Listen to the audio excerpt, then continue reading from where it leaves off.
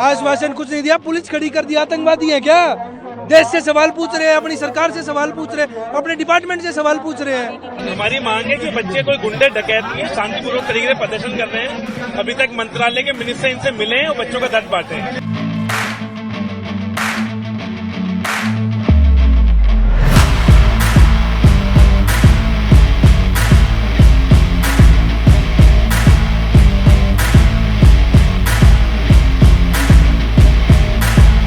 मांग स्पष्ट है, मांग क्लियर है। एसएससी का पेपर ट्रांसपेरेंट चाहिए, पहली चीज।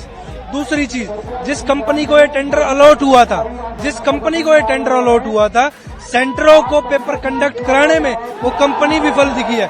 आज से जब इंदौर में पटवारी घोटाला हुआ था, तब भी सेम कंपनी को टेंडर हुआ था, वो कंपनी वहां से ब्लैकलिस्ट होके आई थी, और उसी कंपनी को देश का सबसे बड़ा एग्जाम यूपीएससी के बाद होने वाला, उस कंपनी को टेंडर दे दिया जाता है।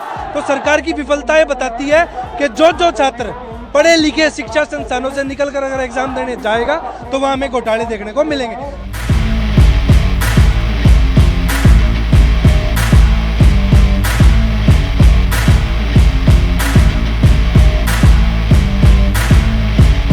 एसएससी को लेकर अभ्यर्थियों की बहुत सारी मांगे, और वो मांगे लगातार वो तमाम तरह के रास्तों से कर रहे हैं।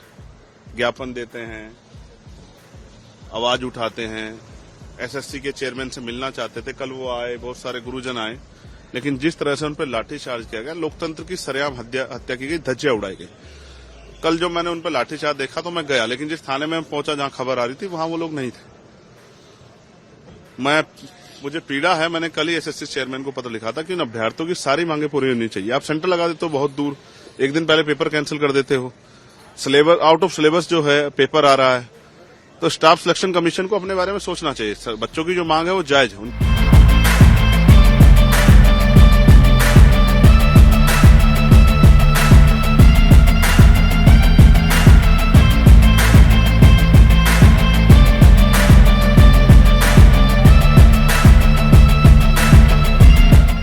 सर ऐसा है कि बिल्कुल वो कह रहे, देखो मारपीट ऐसी हो रही है कि देखो उस पर डंडा है, अगर हाथ में सूजन ही वाला।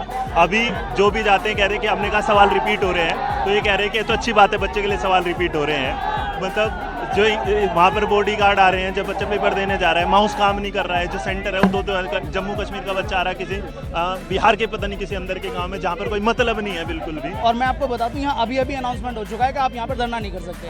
ठीक है, हमारा दोष क्या है, हम शांति से खड़े हैं, बैठे हैं, बच्चे बैठे हैं। ये बच्चे बिहार से आए हुए हैं, उत्तर प्रदेश के, हरियाणा, राजस्थान के। हम आराम से बैठ करके अपनी बात रख रहे हैं। हम सिर्फ ये चाहते हैं कि जो लूप होल सभी एग्जामिनेशन में चल रहे हैं, हाल फिलहाल में जो एसएससी में हुआ है, ठीक है, जो घोटाला हुआ है, या फिर जो उनकी जो जितना भी इंफ्रास्ट्रक्चर वो ठीक से काम नहीं कर रहा, हम ये चाह रहे हैं कि वो ठीक हो जाए, बस इतनी सी हमारी डिमांड है।